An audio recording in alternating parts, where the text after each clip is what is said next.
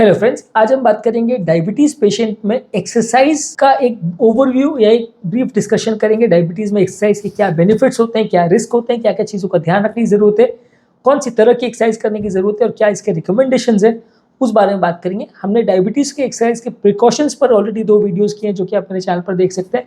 आज सिर्फ एक जनरल ओवरव्यू करेंगे कि डायबिटीज़ में एक्सरसाइज का रोल क्या है और ये उनके लिए सेफ है कि नहीं और किस तरह की एक्सरसाइजेज उनको करनी चाहिए। टॉपिक पर जाने से पहले जो लोग हमारे चैनल पर नए हैं उन्हें रिक्वेस्ट करेंगे कि चैनल को सब्सक्राइब करके हमें इंस्पायर और मोटिवेट करें और वीडियोस को ज़्यादा से ज़्यादा लाइक और शेयर करें। सबसे पहले बात करेंगे डायबिटीज़ से एक्सरसाइज में फ़ायदा क्या क्या होता है। देखिए, ये चीज़ तो क्लियर फैक्ट है कि डायबिटिक पेशेंट्स में जहाँ तक पॉसिबल है सबको एक्सरसाइज करना चाहिए। जितना ज़्यादा अग्रेसिवली और विगरसली वो एक्सरसाइज करेंगे उतना लॉन्ग टर्म बेनिफिट ज़्यादा होगा और जितना तरह की एक्सरसाइजेस करेंगे उतना उनके लिए अच्छा होगा ऑब्वियसली। लेकिन हर तरह की एक्सरसाइजेस उतना अच्छा नहीं है।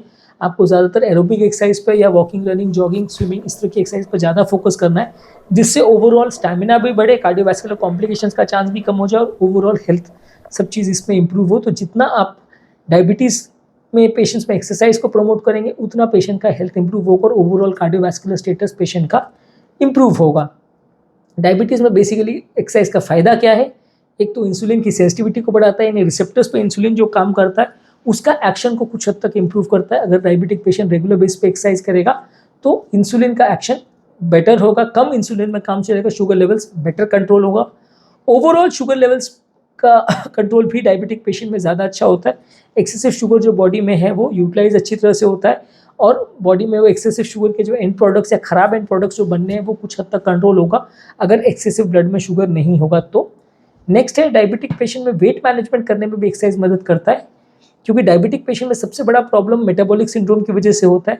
जब डायबिटिक पेशेंट का वजन बढ़ जाता है तो उसको heart related problem, kidney related problems और स्ट्रोक वगैरह के प्रॉब्लम ज़्यादा बढ़ जाते हैं। ओवरऑल कार्डियोवैस्कुलर प्रॉब्लम्स बढ़ जाते हैं अगर आपका वजन ज़्यादा है तो। अगर आप एक्सरसाइज करेंगे रेगुलर बेस में तो वजन कंट्रोल करने में आपकी काफ़ी मदद करेगा और इसको आप लंबे समय तक मेंटेन करेंगे तो ओवरऑल आपकी हेल्थ भी अच्छी रहेगी और हार्ट अटैक्स आने का चांस काफ़ी हद तक कम हो जाएगा।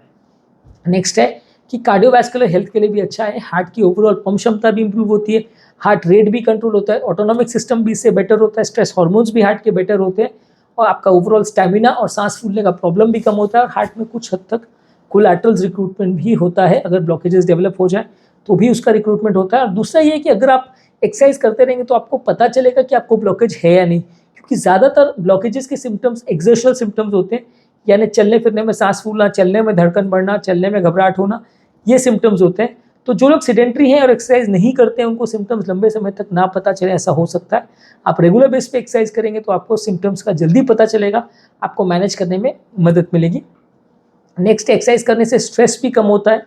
मेंटल स्ट्रेस को कम करने में भी डायबिटीज़ में आपकी मदद होती है। अगर आप एक्सरसाइज करेंगे तो आप जितना विगरसली एक्सरसाइज करें उतना आपको टेंशन, एंग्जाइटी और स्ट्रेस का प्रॉब्लम नहीं होगा।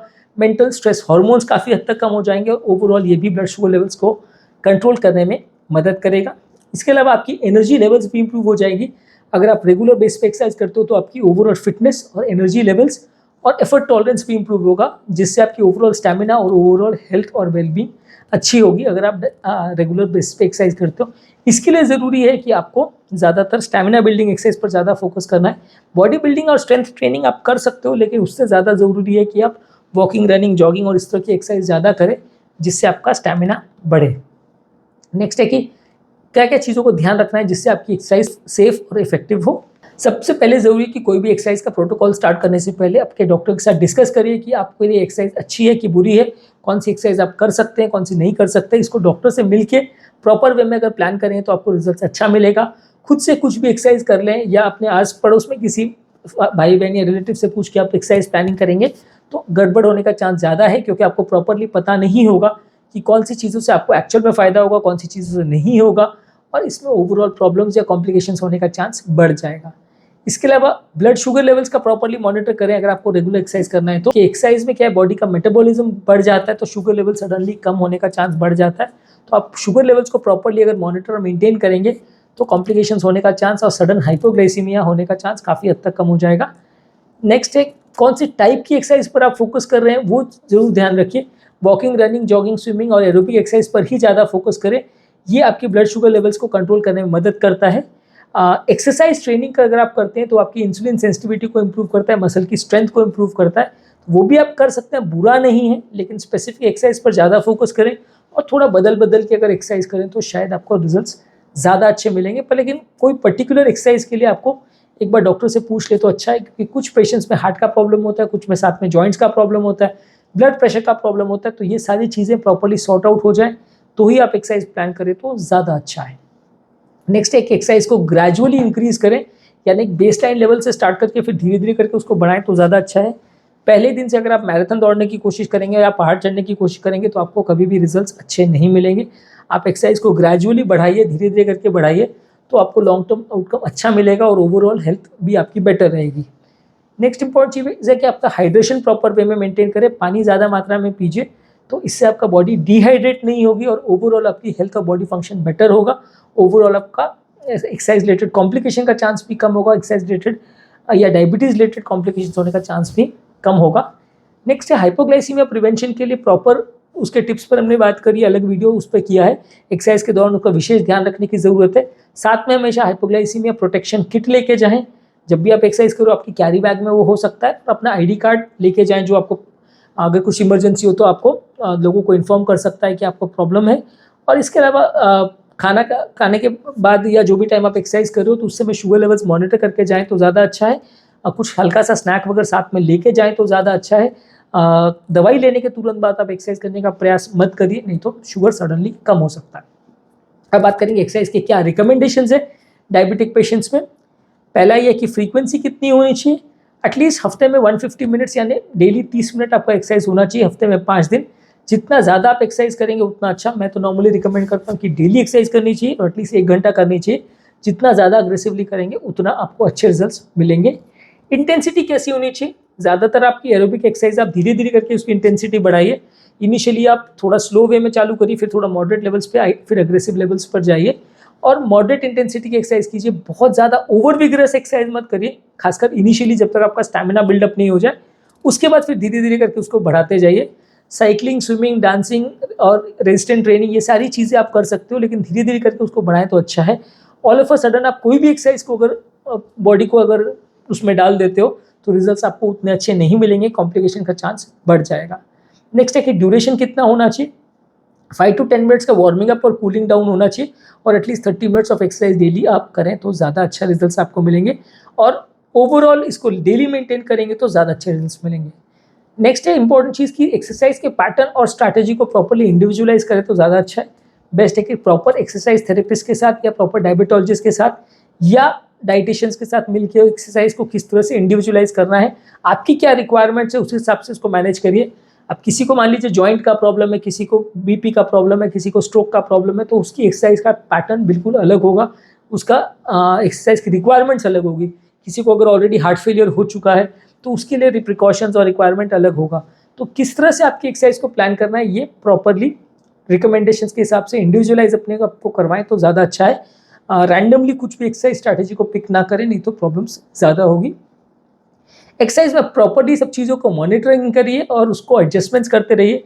एक्सरसाइज से आपका रिस्पांस कैसा रह रहा है, आपका पल्स कितना बढ़ रहा है, बीपी कितना बढ़ रहा है, शुगर लेवल्स में कितना फ्लक्चुएशन हो रहा है, ये सारी चीज़ें अगर मॉनिटर्ड रहें तो आपको रिजल्ट्स अच्छे मिलेंगे। अनमॉनिटर्ड वे में आप कोई भी तरह का एक्सरसाइज एक्टिविटी करते हैं तो फ़ायदा होने के बदले नुकसान हो सकता है और उसके हिसाब से एडजस्टमेंट भी कर सकते हैं कि ये पर्टिकुलर एक्सरसाइज करने से आपको प्रॉब्लम हो रही है, ये पर्टिकुलर एक्सरसाइज करने से अच्छा रिस्पॉन्स मिल रहा है। उसको देख के समझ के अगर अपनी स्ट्रैटेजी प्लान करेंगे और उसको फाइन ट्यूनिंग करते रहेंगे तो आपको ज़्यादा अच्छे रिजल्ट्स मिलेंगे। आप रैंडमली कुछ भी करेंगे और उस समय बीपी 200 चला गया, पल्स 200 चली गई, उसको मैनेज नहीं कर पा रहे हैं, कंट्रोल नहीं हो पा रहा है, अनसेफ वे में एक्सरसाइज कर रहे हैं तो उसको प्रॉब्लम्स होने का चांस बढ़ जाएगा। नेक्स्ट है कि हर एक एक्सरसाइज में सारे सेफ्टी प्रिकॉशंस का ध्यान रखिए। प्रॉपर सेफ एक्सरसाइज के लिए गियर होना चाहिए, प्रॉपर जूते, प्रॉपर शूज़ जो आप चाइल्ड फूड के चांस को कम करें और अलग अलग तरह के जो इक्विपमेंट्स होते हैं, प्रोटेक्टिव कपड़े पहने, बहुत ज़्यादा गर्म या बहुत ज़्यादा ठंडे कपड़े नहीं पहने, ब्रीदेबल कपड़े पहने जिससे बॉडी का स्वेटिंग प्रॉपर वे में हो पाए और बॉडी बहुत ज़्यादा गर्म या ठंडी ना हो, तो आपको एक्सरसाइज में ज़्यादा सुविधा रहेगी। हमेशा जब भी एक्सरसाइज करने जाए तो आपका एक आइडेंटिफिकेशन कार्ड जिसमें आपका नाम, नंबर और आपकी बीमारी के बारे में डिटेल्स पर्स में होना चाहिए।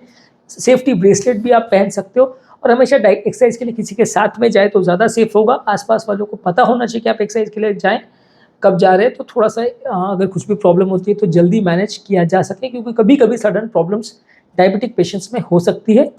इसके अलावा एक्सरसाइज को एंजॉय करिए, वो सबसे इंपॉर्टेंट है, क्योंकि कई बार आप एक्सरसाइज को बर्डन या पनिशमेंट की तरह से अगर करते हैं तो रिजल्ट्स आपको उतने अच्छे नहीं मिलते हैं। आप उसको एंजॉय करिए और रेगुलर बेस पे चेंज करते रहिए, तो मे बी आपको ज़्यादा अच्छे रिजल्ट्स मिलेंगे। हाँ, कोई पर्टिकुलर एक्टिविटी को आप ज़्यादा एंजॉय करते हो तो उसको करने में कोई बुराई नहीं है, पर अगर आप नहीं एंजॉय करते हो तो चेंज करके देखिए, कोई ना कोई एक्टिविटी आप जो पसंद करेंगे उसमें आपको रिजल्ट ज़्यादा अच्छे मिलेंगे। तो चेंजेबल एक्टिविटीज़ करेंगे तो लॉन्ग टर्म आपको ज़्यादा दिन तक आप कर पाएंगे और ज़्यादा अच्छे से उसको मैनेज और मेंटेन कर पाएंगे। और बहुत ज़्यादा रेजिस्टेंट ट्रेनिंग करने के बदले फ्लेक्सिबिलिटी और बैलेंस पर फोकस करें तो अच्छा है। ऐसा मसल्स की इंडिविजुअल फ्लेक्सिबिलिटी और स्ट्रेचिंग अगर आप करेंगे तो जॉइंट्स पर भी वो ज़्यादा अच्छा रहेगा, और खासकर उम्रदराज पेशेंट में जॉइंट पेन और प्रॉब्लम्स होने का चांस कम होगा। रिपीटेटिव यूज़ एक ही जॉइंट का बार बार करना अच्छा नहीं है। आप एक ही तरह की एक्सरसाइज कर रहे हो कि डेली वॉकिंग की कर रहे हो या डेली रनिंग ही कर रहे हो, तो उसमें एक पर्टिकुलर जॉइंट्स में घिसाव होने का चांस बढ़ जाता है।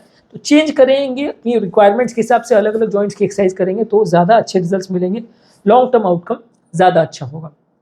तो आज के टॉपिक में हमने डायबिटिक पेशेंट्स की एक्सरसाइज पर एक जनरल डिस्कशन किया कि कौन सी एक्सरसाइज उनके लिए रिकमेंडेड है और क्या चीज़ों पर ध्यान रखने की ज़रूरत है। जो लोग भी हमारे चैनल पर नए हैं उन्हें रिक्वेस्ट करूँगा कि चैनल को लाइक करें और चैनल को सब्सक्राइब करें। डायबिटीज़ से रिलेटेड या डायबिटीज़ एक्सरसाइज से रिलेटेड हमने ऑलरेडी बहुत सारे वीडियो किए। डायबिटीज़ पर पूरा एक प्लेलिस्ट है जिसमें 100 से ज़्यादा वीडियोज़ अवेलेबल है, आप उसे चेकआउट करिए। लिंक मैं डिस्क्रिप्शन बॉक्स और कमेंट सेक्शन में छोड़ दे रहा हूँ। तो आपको डायबिटीज़ से रिलेटेड बहुत सारे टॉपिक्स मिलेंगे, और डायबिटीज़ से कोरिलेटेड बाकी बीमारियाँ हैं जैसे कि हाइपरटेंशन है, किडनी का प्रॉब्लम है, कोलेस्ट्रॉल है और हार्ट का प्रॉब्लम है, ये सारे भी प्लेलिस्ट अवेलेबल है, तो आप उन्हें भी चेकआउट करें तो अच्छा है।